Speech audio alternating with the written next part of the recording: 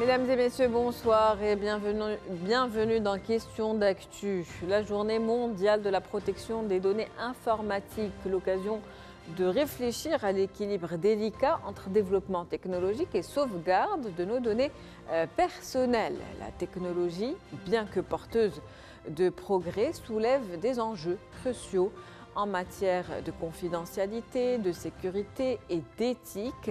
Dans ce contexte, notre rapport aux données doit être redéfini. Dans un monde où l'intelligence artificielle et l'informatique évoluent à toute vitesse, la protection des données est cruciale, que ce soit pour les gouvernements, les entreprises ou encore les citoyens du monde.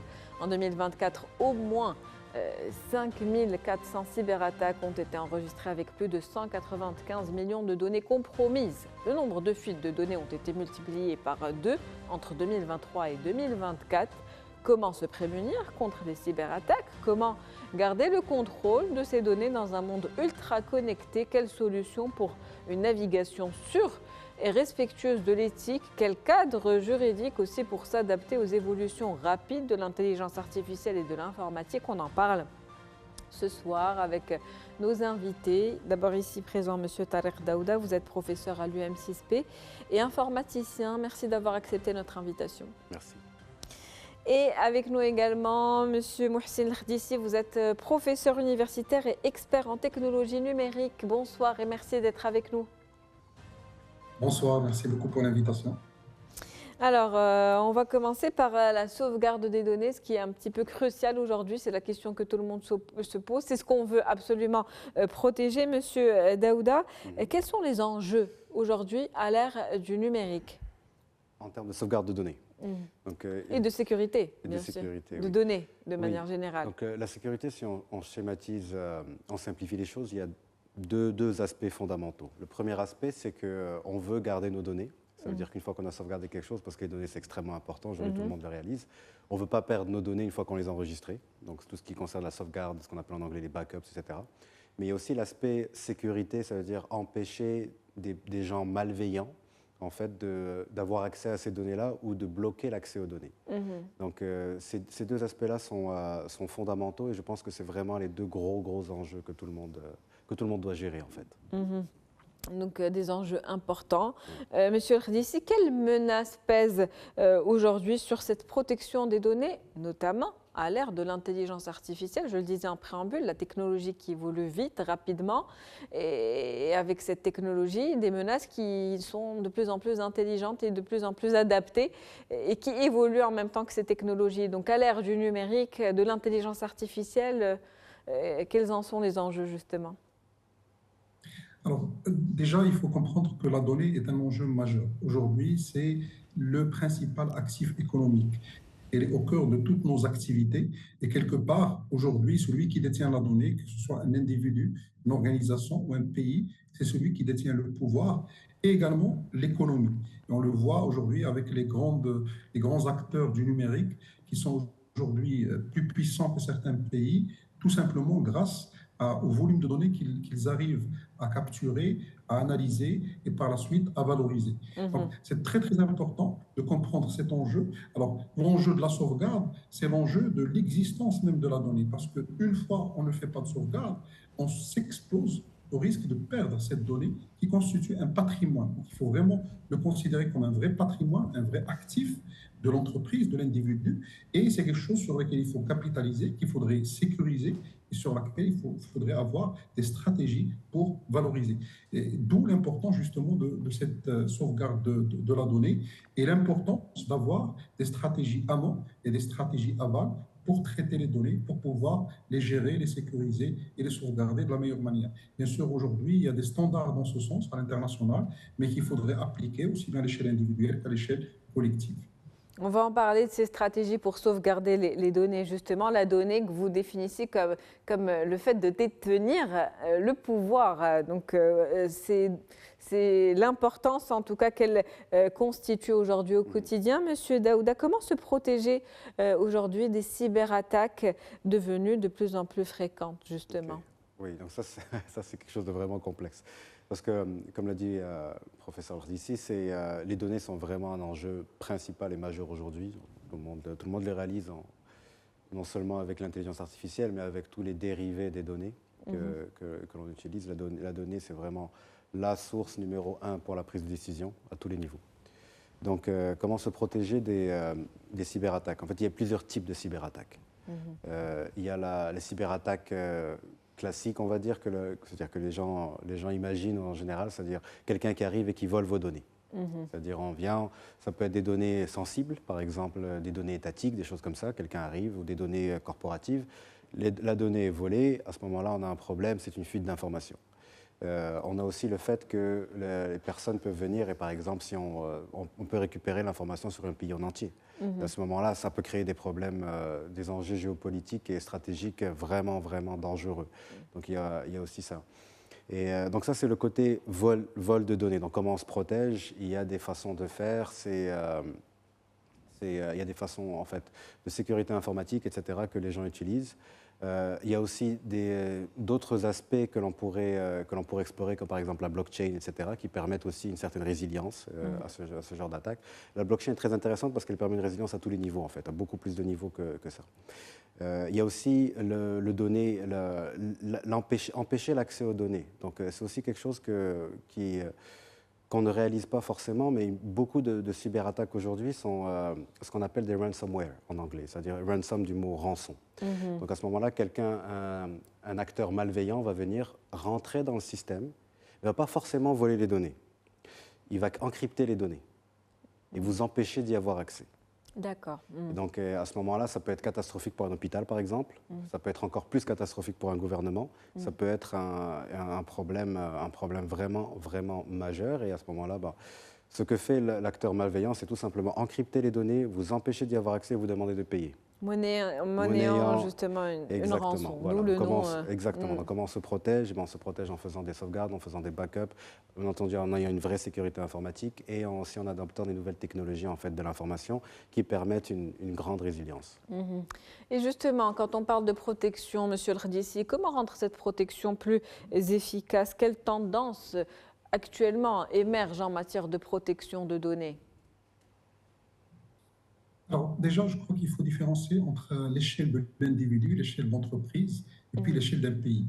Les stratégies, les manières de faire, les outils et les tendances sont différentes à ces différentes échelles. Alors, déjà à l'échelle de l'individu, je crois qu'il y a des bonnes pratiques à adopter au quotidien. En fait, par exemple, il faut planifier la sauvegarde des données. Donc, il faut avoir une sauvegarde qui est régulière, qui est définie, qui est plus ou moins automatisée.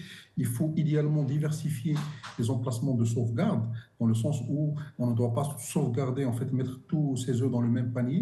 Aujourd'hui, il faut juste, je vais juste rappeler quelque chose qui, à mon sens, est très, très important. C'est qu'aujourd'hui, on dispose d'un patrimoine de données qui nous appartient, mais aujourd'hui qui est détenu quelque part par d'autres acteurs. Sur les réseaux sociaux, on a des données, sur la messagerie, on a des données, des documents qu'on sauvegarde sur les différentes plateformes sur le cloud, nous avons des photos, nous avons nos informations d'accès bancaire, nous avons un ensemble d'informations et aujourd'hui tout est centralisé au niveau de nos téléphones. Et donc c'est très important d'adopter des bonnes pratiques. Alors j'ai parlé de la planification, la diversification des emplacements de sauvegarde, mais il y a également la nécessité, et ça rejoint un peu ce qu'a dit le professeur Daouda, de protéger également ces données avec du cryptage, du chiffrement. Ça veut dire tout simplement que la donnée, une fois sauvegardée, il faut qu'elle soit cryptée parce qu'elle peut être accessible à n'importe qui et du cas nous exposer à des enjeux de sécurité, des enjeux qui sont liés peut-être des fois à de la menace, à de la cyber-attaque à l'échelle personnelle. Et puis, chose qui est très très importante, il faut pouvoir tester cette sauvegarde de données et tester la restauration. Parce que des fois, on croit qu'on a tout sauvegardé, mais finalement, on n'est pas sûr que tout est sauvegardé et que la restauration marche correctement. Donc, c'est tous ces enjeux à l'échelle de l'individu. À l'échelle de l'entreprise et à l'échelle des pays, je crois qu'aujourd'hui, ce qu'il faut noter, c'est qu'il y a des standards à l'international.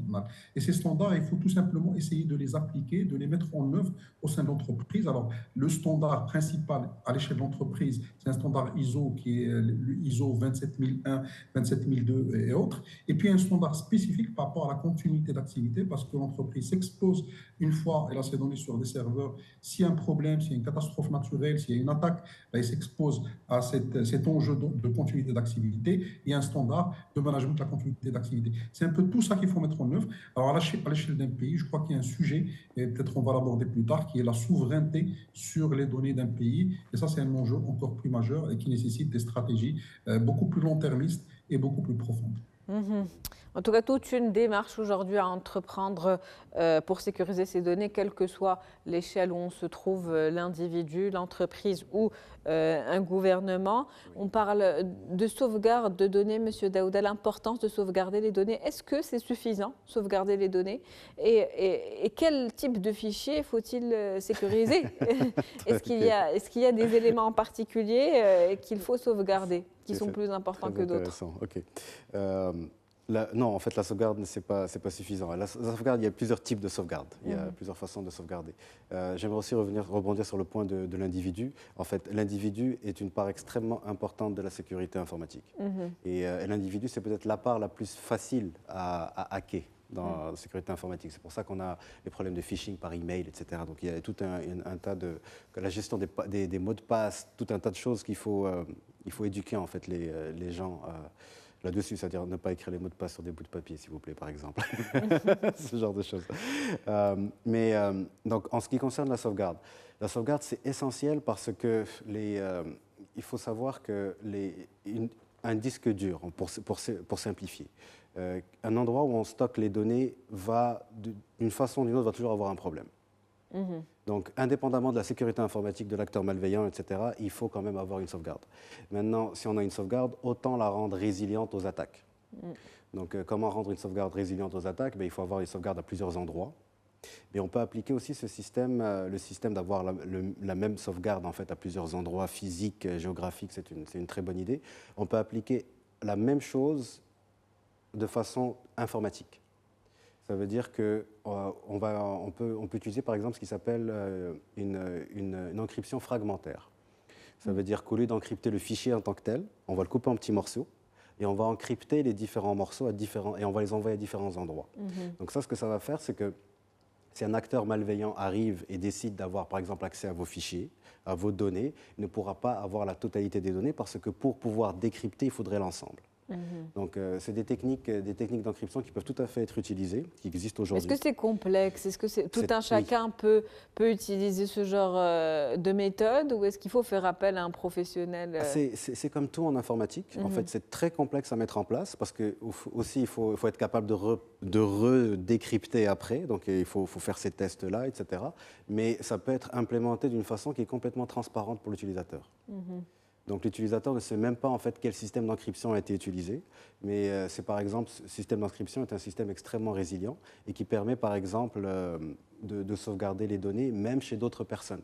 Parce que si on décide par exemple de sauvegarder une partie chez Amazon, une partie chez Google, une partie au Maroc, à ce moment-là, étant donné ce système d'encryption, en théorie, même si un acteur arrive à avoir accès à nos données en dehors du territoire, il ne pourra pas décrypter les données parce qu'une partie sont sur le territoire marocain. Mais dans le cas où il est trop tard, les données ont été en tout cas compromises, Monsieur Al-Khdissi, quel plan de récupération? Pour avoir un plan de récupération, il faut déjà avoir établi un plan de sauvegarde. Alors, une fois appelé, si on n'a pas eu le réflexe en amont de pouvoir sauvegarder, des fois c'est compliqué, des fois c'est très difficile, dans beaucoup de cas c'est impossible. Donc, il est très important déjà en amont, parce que prévenir vaut mieux que guérir. Et il faut se rendre compte, parce que là, je crois que ça passe d'abord par une prise de conscience pour le grand public, mais également pour les entreprises, c'est qu'aujourd'hui, on s'expose de manière très nette par rapport à des cyberattaques.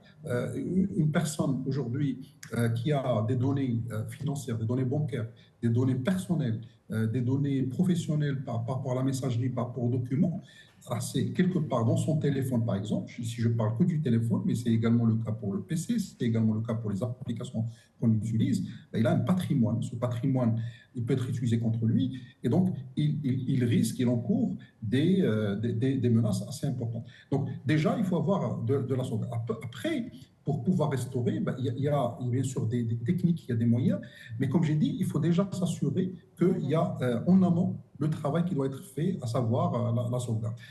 Quels sont les enjeux? Les enjeux, comme j'ai dit, sont majeurs parce que, au final, quand on parle de données critiques, on va parler, par exemple, comme j'ai dit, de données financières, on peut parler de données clients, on peut parler de contrats, on peut parler de données scientifiques pour les chercheurs, on peut parler de bases de données de l'entreprise, on peut parler de configuration même de systèmes ou de courrier professionnel. Donc, chaque sujet, ben, il y a une stratégie de sauvegarde et de restauration différente. Je vais donner un exemple très simple. La messagerie, aujourd'hui, on utilise tous la messagerie, que ce soit sur des plateformes publiques, cloud ou de la messagerie professionnelle. Ben, il faut s'assurer que les messages qu'on envoie, que les messages qui sont reçus sont sauvegardés de manière régulière, de manière déjà à réduire la charge au niveau du serveur de messagerie, mais surtout également à pouvoir protéger et pouvoir récupérer. Je crois que le mécanisme le plus simple déjà, c'est tous les fichiers qui sont critiques, il faut les regrouper dans un seul dossier, et ce dossier doit être sauvegardé de manière régulière.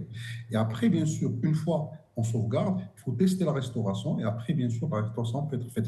Après, il y a un ensemble, comme j'ai dit, de techniques, de bonnes pratiques qui permettent de s'assurer que cette sauvegarde elle est correcte, cohérente, et elle permet en fait, de récupérer après coup, une fois une attaque ou une catastrophe. Mais là encore, c'est surtout la prise de conscience qui est fondamentale. J'ai parlé des individus, mais il y a également le cas des PME. Aujourd'hui, beaucoup de PME n'ont aucune politique de sauvegarde et c'est après coup qu'ils se retrouvent avec des problématiques. C'est vraiment souvent le sujet de la sécurité et de la sauvegarde. Il est traité a posteriori, au mode réactif. Or, c'est un sujet qu'il faut vraiment prendre à bras le corps et il faut traiter en mode proactif parce que quand les dégâts sont là, c'est des dégâts qui peuvent être majeurs. Il vaut mieux anticiper, comme vous le dites. On est de plus en plus exposé justement à des menaces, on va dire, extérieures par rapport à la sécurisation de nos données. Monsieur Daouda, dans ce contexte aujourd'hui, le Maroc, comment se place-t-il un petit peu? Comment se prépare-t-il? La prise de conscience est là. La prise de conscience est là. En fait, je pense qu'elle vient sous le parapluie en fait, de la souveraineté numérique. Et qui dit souveraineté numérique dit évidemment sauvegarde des données, résilience aux attaques, etc., etc. Donc la prise de conscience est là. En termes d'infrastructures, etc., on est encore en train de le développer.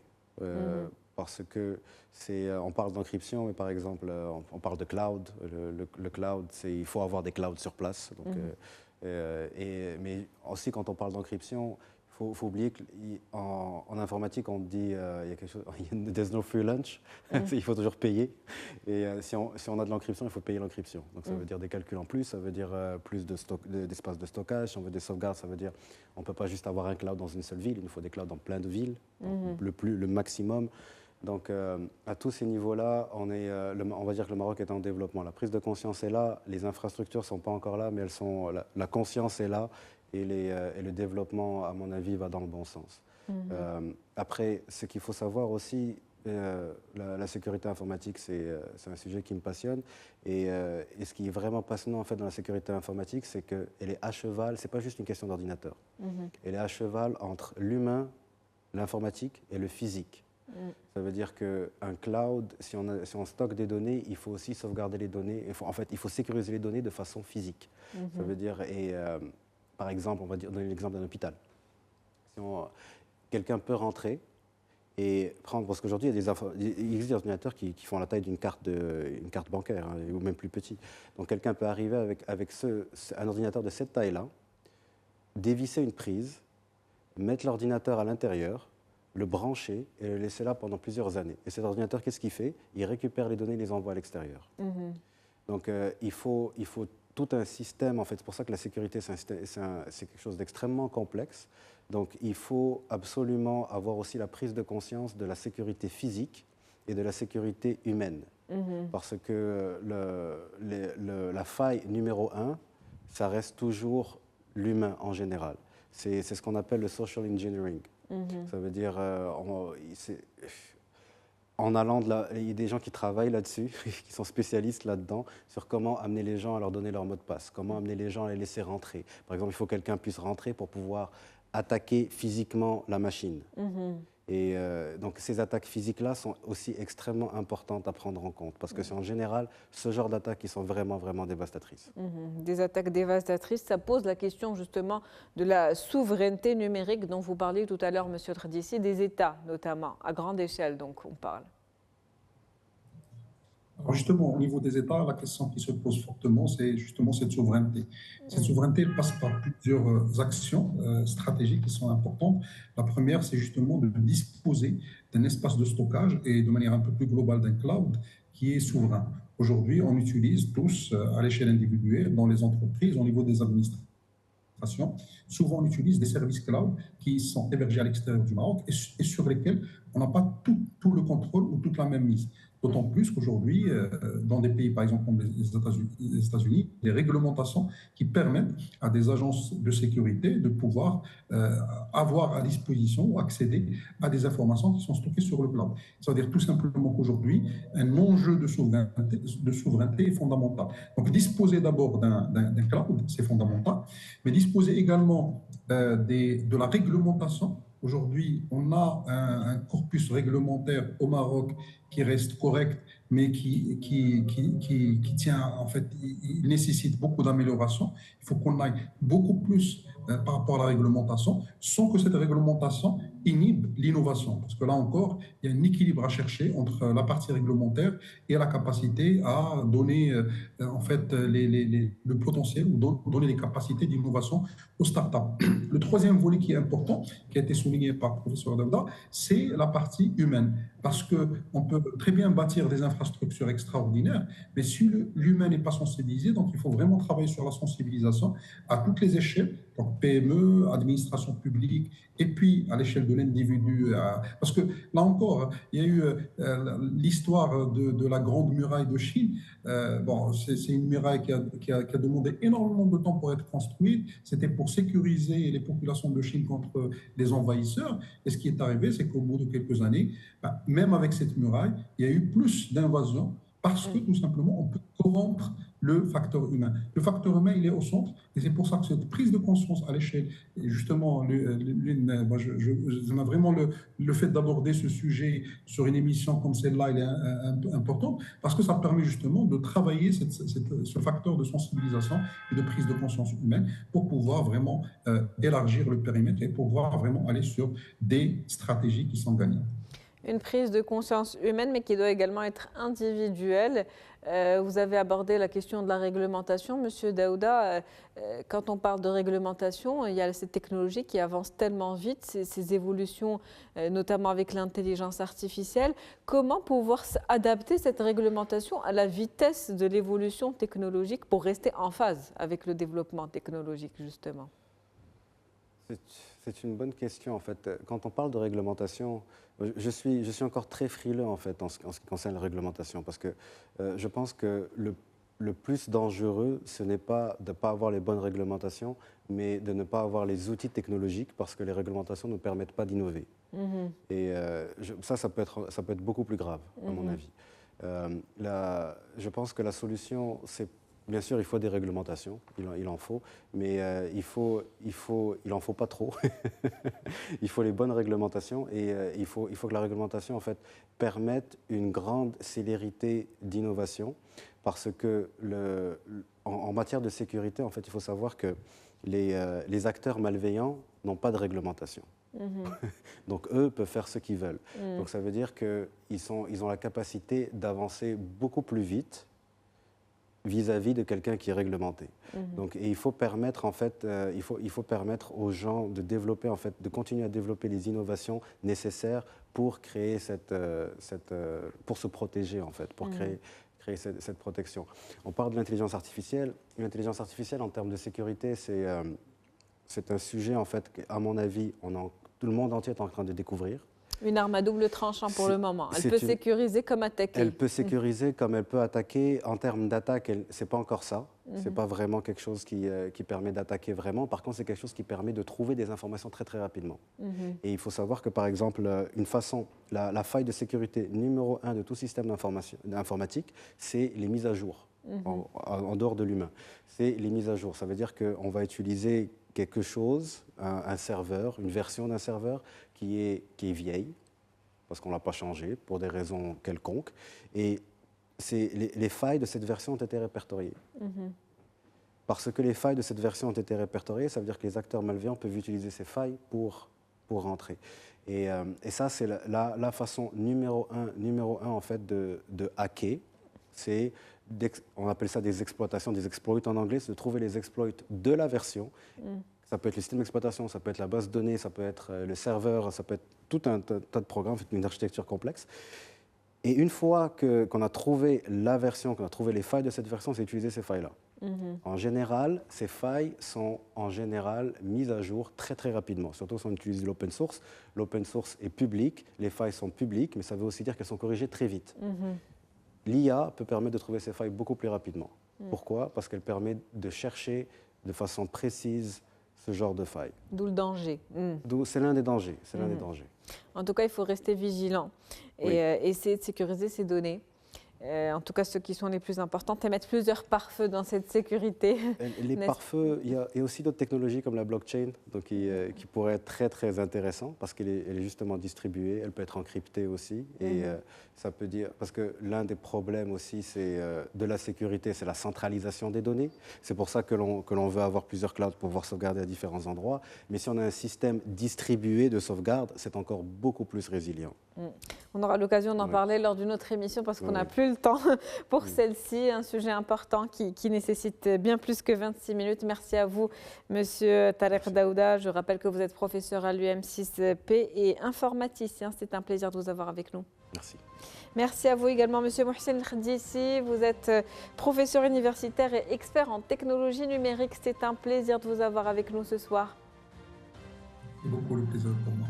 C'est la fin de Questions d'actu pour ce soir. Merci pour votre fidélité. Très bonne soirée.